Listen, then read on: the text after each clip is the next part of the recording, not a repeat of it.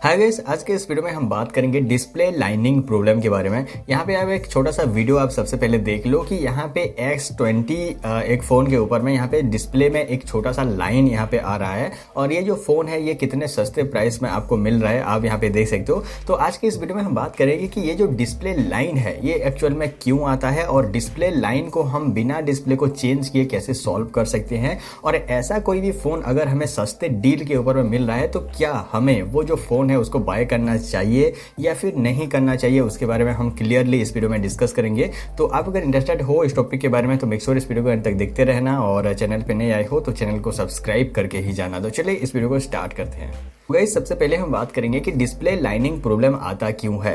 तो देखो, सबसे पहला जो रीज़न होता है, अगर हम अपने फ़ोन को गिरा देते हैं तो उस केस में हमारे फ़ोन में डिस्प्ले लाइनिंग प्रॉब्लम आना बहुत ज़्यादा कॉमन सी बात है, और उस केस में हमें अपना जो डिस्प्ले है उसको चेंज करवाना पड़ेगा, या फिर आगे जो सोल्यूशन मैं आपको बताऊंगा उस चीज़ को आपको करना पड़ेगा। उसके अलावा और एक रीज़न होता है जो कि होता है मैन्युफैक्चरिंग डिफेक्ट। यहाँ पे कई बार जो डिस्प्ले है उसके बनावट में डिफेक्ट होता है, इस वजह से डिस्प्ले लाइनिंग प्रॉब्लम कुछ टाइम के बाद में आ जाते हैं। और तीसरा जो रीज़न है वो ये है कि अगर हम अपने फ़ोन को जेब में रखते हैं और काफ़ी ज़्यादा जो है प्रेस हो जाता है, टाइट हो जाता है, तो उस केस में भी डिस्प्ले में लाइनिंग प्रॉब्लम आना कॉमन सी बात है। तो देखो, डिस्प्ले में अगर लाइनिंग प्रॉब्लम आता है तो वो जो फ़ोन है उसको आप सर्विस सेंटर पे ले जा सकते हो, अगर आपके फ़ोन में वारंटी है तो। अगर आपके फ़ोन का वारंटी अभी भी बचा हुआ है और डिस्प्ले में लाइनिंग आता है तो वो जो डिस्प्ले है उसको सर्विस सेंटर वाले फ्री में चेंज करके आपको दे देंगे। इस बात को आपको ध्यान में रखना होगा। तो अभी हम बात करते हैं कि ये जो डिस्प्ले लाइनिंग प्रॉब्लम फ़ोन्स है इसको हम किस तरीके से खरीद सकते हैं अगर हमें बेटर डील मिले तो,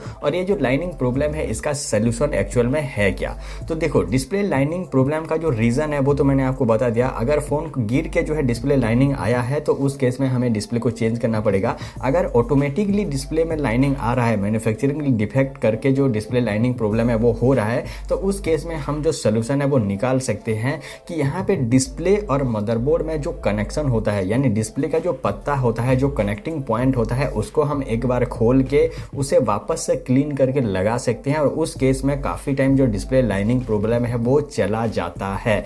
इन केस अगर वहाँ पे डिस्प्ले लाइनिंग प्रॉब्लम नहीं जाता है तो उसका सीधा सा सोल्यूशन है कि आपको जो डिस्प्ले है उसको चेंज करना पड़ेगा। अभी यहाँ पे थोड़ा सा आप जो टेक्निकली आप समझ लो कि डिस्प्ले की लाइनिंग प्रॉब्लम आता क्यों है। तो आप अगर एक डिस्प्ले एक कॉम्बो फोल्डर को देखोगे तो डिस्प्ले में एक सारा जो है बहुत ज़्यादा कनेक्शन होता है जो कि लाइटिंग को रिप्रेजेंट करता है, यानी लाइटिंग का बहुत ज़्यादा कनेक्शन होता है डिस्प्ले के अंदर में। और यहाँ पे किसी भी तरीके से अगर प्रेस होके या फिर किसी भी तरीके से मैन्युफैक्चरिंग डैमेज होके जो लाइनिंग है वो अगर डिस्कनेक्ट होता है तो यहाँ पे जो डिस्प्ले लाइनिंग प्रॉब्लम है वो किसी भी फ़ोन में आ सकता है। अभी हम समझते हैं कि अगर डिस्प्ले में इस तरीके का लाइनिंग प्रॉब्लम आता है तो इस तरीके का जो फ़ोन है उसको हमें खरीदना चाहिए या फिर नहीं। तो इसका सीधा सा आंसर है गाइस कि आप जिस भी फ़ोन को खरीद रहे हो वो अगर काफ़ी चीपेस्ट प्राइस के साथ में डिस्प्ले लाइनिंग के साथ में अगर मिल रहा है तो आप उसे जो है खरीद सकते हो। अगर उसमें अंडर वारंटी है तो वो जो फ़ोन है उसको सर्विस सेंटर पे ले जाके आप जो डिस्प्ले है उसका रिप्लेसमेंट कर सकते हो। उसके अलावा उस फ़ोन का अगर वारंटी ख़त्म हो चुका है तो उस केस में आपको वो जो फ़ोन है उसको काफ़ी टाइम जो है अवॉइड करना चाहिए, उसको नहीं खरीदना है। इन केस आप अगर खरीद भी लेते हो तो उसको काफ़ी सस्ते प्राइस में आपको मिल रहा है तो आप उसे जो है खरीदिए, और खरीदने के बाद में वो जो डिस्प्ले का जो पॉइंट मैंने आपको बताया वो जो पॉइंट है उसे एक बार क्लीन करके देखिए। आपका जो डिस्प्ले लाइनिंग प्रॉब्लम है वो अगर चला जाएगा तो आप उसे जो है आराम से यूज़ कर सकते हो। तो गाइस, ये एक छोटा सा इन्फॉर्मेटिव वीडियो था। उम्मीद है आपको ये जो वीडियो है ये आपको अच्छा लगा होगा, कुछ नया सीखने को मिला होगा। फिर भी कोई सवाल या फिर सुझाव है इस टॉपिक से रिगार्डिंग तो इस वीडियो के कमेंट में आप मुझे पूछ सकते हो। आज के लिए बस इतना है गाइस, मिलते हैं अगले किसी इंटरेस्टिंग सा वीडियो में। तब तक के लिए thanks for watching guys, thank you.